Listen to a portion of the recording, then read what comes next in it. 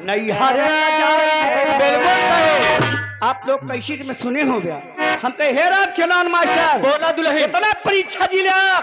14 साल करनाईपुर में हैदर गुरु की यहाँ रामलीला कह के तो नौटंकी माए हम कहे जिली जा परदेश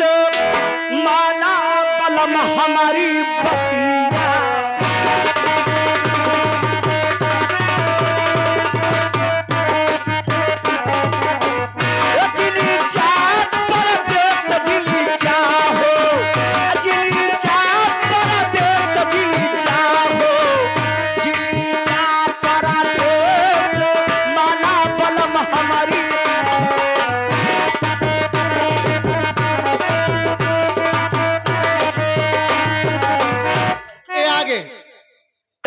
कहीं ठेहुन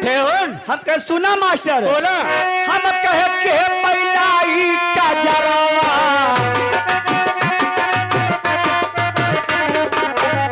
हम के महिलाई का जरावा जब दुल्हा का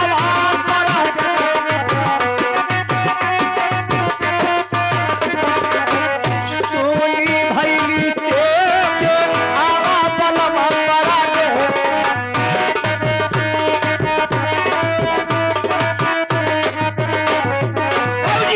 रात खिलावन कहन करे अगर मैं सधुआ प्रदेश जाती मैं इनको श्रृंगार नहीं करती।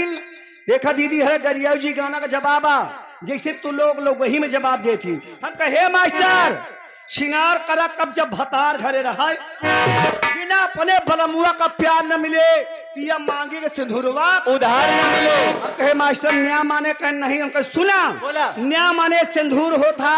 मरे के बाद उतार जात की दुल्ही रहे बीमार नहीं रहुआ सटल रहे आएगा हमारे बच्चा मिस्त्री शासन दिया ताना मारे चाहे न हम के बाझी ने बिना बलम के दुनिया में अरे कैसे ललना खेली बलम पर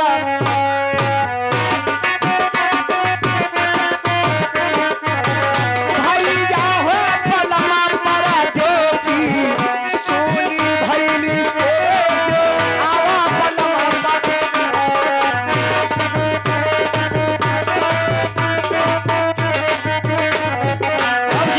अब जात बाटे बीच मिला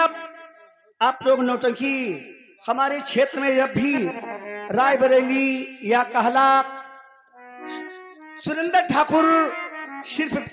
लोकगीत या तो हमारे सालिक राम चले गए दुनिया से जैसे माता जी की तरह के उपलक्ष्य में आप लोग आए हैं। बहन बिटिया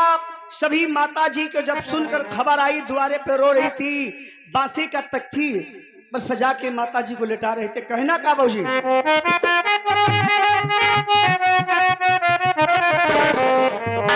कि माया नगरिया बजरिया बाबूजी ये माया की नगरी है जो कोई यहाँ आया है माया जाल में फंसी जाता है कि माया नगरिया बजरिया बिकी जाला बुढ़वा जवान हो नहीं आस लहिया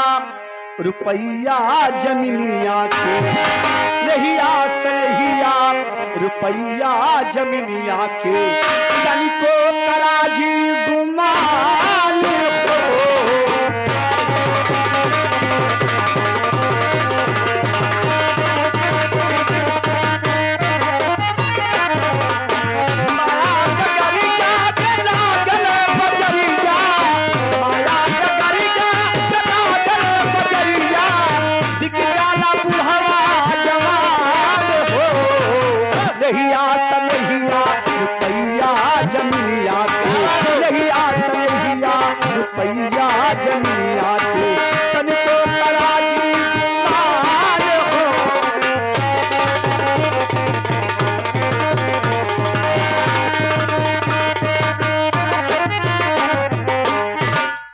मंडल भाषण बड़ी सोचने की बात है।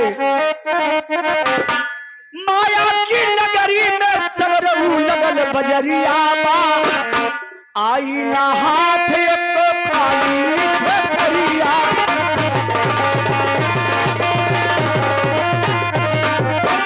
माया की नगरी में चलू लगल बजरिया आई ना हाथ एक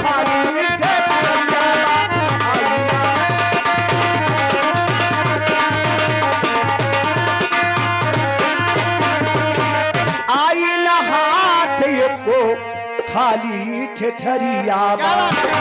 जिस दिन माता जी का अंत में घर वाले बहन बिटिया सुनकर आई कि माता जी खत्म हो गए, तब सभी रामजोर भैया दोनों भाई मिलकर माँ का संदेश नाते रिश्तेदारी में बांटे और गांव देश आए। कहना है बाबूजी कि हाय हाय के माई के बलौदा, रामजोर भैया की धर्म पत्नी साथ साथ उनकी भयाओ सभी मिलकर कहना है कि हाय हाय के माई के बलौदा, माई न मिली हई तोहार हो, यही आसन यही आ रुपैया जमीनिया के तनिको तराज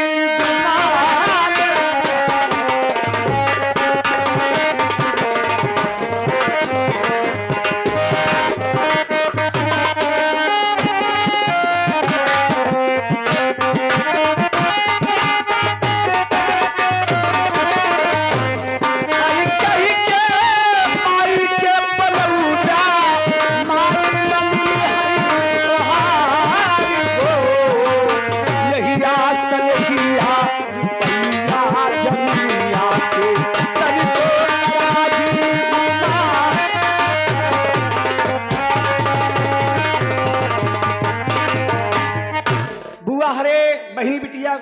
माई की खबर सुन के आई। कहना है जब तक ये माई रहली अच्छी शिक्षा देत रहली, बिटिया बहन के माई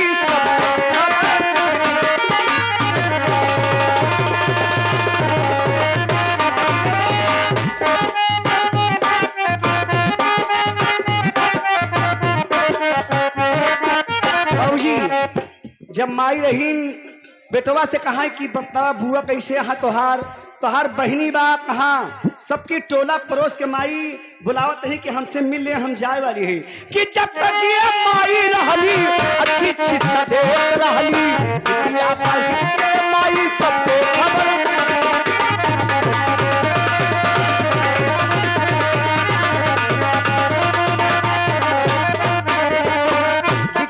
बहन के माई सबका खबर लेत रहली, सुन के खबरिया सब ही दुवरिया, सुन के खबरिया सब ही दुवरिया, मिली है ना फुलवा फुलान हो, यही आस नहिया रुपैया जमीनिया के, यही आस नहिया रुपैया जमीनिया के, तनिको